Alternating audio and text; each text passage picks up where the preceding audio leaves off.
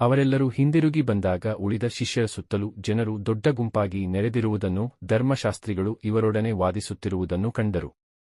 ನೆರೆದಿದ್ದ ಜನರು ಯೇಸುವನ್ನು ಕಂಡೊಡನೆ ಆಶ್ಚರ್ಯಪಟ್ಟು ಓಡಿಬಂದು ಅವರಿಗೆ ನಮಸ್ಕರಿಸಿದರು. ಯೇಸು, ಸ್ವಾಮಿ, ನಿಮ್ಮ ವಾಗ್ವಾದ ಏನು ಎಂದು ಕೇಳಿದರು. ಆ ಗುಂಪಿನಲ್ಲಿದ್ದ ಒಬ್ಬನು, ಬೋಧಕರೇ, ನನ್ನ ಮಗನನ್ನು ತಮ್ಮ ಬಳಿಗೆಂದು ಕರೆತಂದೆ. ಅವನಿಗೆ ಒಂದು ಮೂಕದೆವ್ವ ಹಿಡಿದಿದೆ. ಅವನ ಮೇಲೆ ಅದು ಬಂದಾಗಲೆಲ್ಲ ಅವನನ್ನು ನೆಲಕ್ಕೆ ಅಪ್ಪಳಿಸುತ್ತದೆ. ಅವನು ನೊರೆಕಾರುತ್ತಾ ಹಲ್ಲು ಕಡಿದುಕೊಳ್ಳುತ್ತಾನೆ. ಆಗ ಅವನ ದೇಹವೆಲ್ಲ ಮರಗಟ್ಟಿದಂತಾಗುತ್ತದೆ. ಆ ದೆವ್ವವನ್ನು ಬಿಡಿಸಬೇಕೆಂದು ತಮ್ಮ ಶಿಷ್ಯರನ್ನು ಕೇಳಿಕೊಂಡೆ. ಆದರೆ ಅದು ಅವರಿಂದಾಗಲಿಲ್ಲ ಎಂದನು. ಇದನ್ನು ಕೇಳಿ ಯೇಸು, ಅಯ್ಯೋ, ವಿಶ್ವಾಸವಿಲ್ಲದ ಪೀಳಿಗೆ, ಇನ್ನೆಷ್ಟೂ ಕಾಲ ನಿಮ್ಮೊಂದಿಗಿರಲಿ? ಇನ್ನೆಷ್ಟೂ ಕಾಲ ನಿಮ್ಮನ್ನು ಸಹಿಸಿಕೊಳ್ಳಲಿ?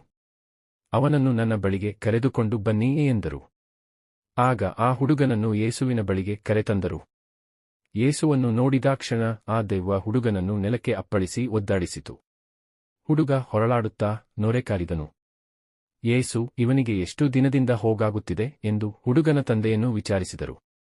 ಅದಕ್ಕೆ ಅವನು, ಬಾಲ್ಯದಿಂದಲೇ ಹೀಗಾಗುತ್ತಿದೆ. ಇದಲ್ಲದೆ ದೆವ್ವವು ಇವನನ್ನು ಕೊಲ್ಲಬೇಕೆಂದು ಪದೇ ಪದೇ ಬೆಂಕಿಗೂ ನೀರಿಗೂ ದೂಡಿದೆ. ತಮ್ಮಿಂದ ಏನಾದರೂ ಸಾಧ್ಯವಾದರೆ ನಮ್ಮ ಮೇಲೆ ದಯವಿಟ್ಟು ಸಹಾಯ ಮಾಡಿ ಎಂದು ಯೇಸುವನ್ನು ಬೇಡಿಕೊಂಡನು. ಅದಕ್ಕೆ ಯೇಸು, ಸಾಧ್ಯವಾದರೆ ಎನ್ನುತ್ತೀಯಲ್ಲ? ದೇವರಲ್ಲಿ ವಿಶ್ವಾಸ ಇಡುವವನಿಗೆ ಎಲ್ಲವೂ ಸಾಧ್ಯ ಎಂದರು. ಆಗ ಆ ಬಾಲಕನ ತಂದೆ, ನಾನು ವಿಶ್ವಾಸಿಸುತ್ತೇನೆ, ನನ್ನ ವಿಶ್ವಾಸದಲ್ಲಿ ಕೊರತೆಯಿದ್ದರೆ ನೆರವು ನೀಡಿ ಎಂದು ಯೇಸುವಿಗೆ ಮೊರೆಯಿಟ್ಟನು. ಜನಸಂದಣಿ ಬೆಳೆಯುತ್ತಿರುವುದನ್ನು ಕಂಡ ಯೇಸು ಆ ದೆವ್ವವನ್ನು ಗದರಿಸಿ, ಎಲೈ ಕಿವುಡು ಮೂಕ ದೆವ್ವವೇ, ಇವನನ್ನು ಬಿಟ್ಟು ತೊಲಗು, ಇನ್ನೆಂದಿಗೂ ಇವನೊಳಗೆ ಪ್ರವೇಶಿಸಕೂಡದೆಂದು ನಿನಗೆ ಆಜ್ಞಾಪಿಸುತ್ತೇನೆ ಎಂದರು. ದೆವ್ವವು ಚೀರುತ್ತಾ ಹುಡುಗನನ್ನು ವಿಲವಿಲನೆ ಒದ್ದಾಡಿಸಿ ಕೊನೆಗೆ ಬಿಟ್ಟು ಹೋಯಿತು. ಹುಡುಗನು ಶವದಂತಾದನು. ಅಲ್ಲಿದ್ದವರಲ್ಲಿ ಅನೇಕರು ಹುಡುಗ ಸತ್ತುಹೋದ ಎಂದುಕೊಂಡರು.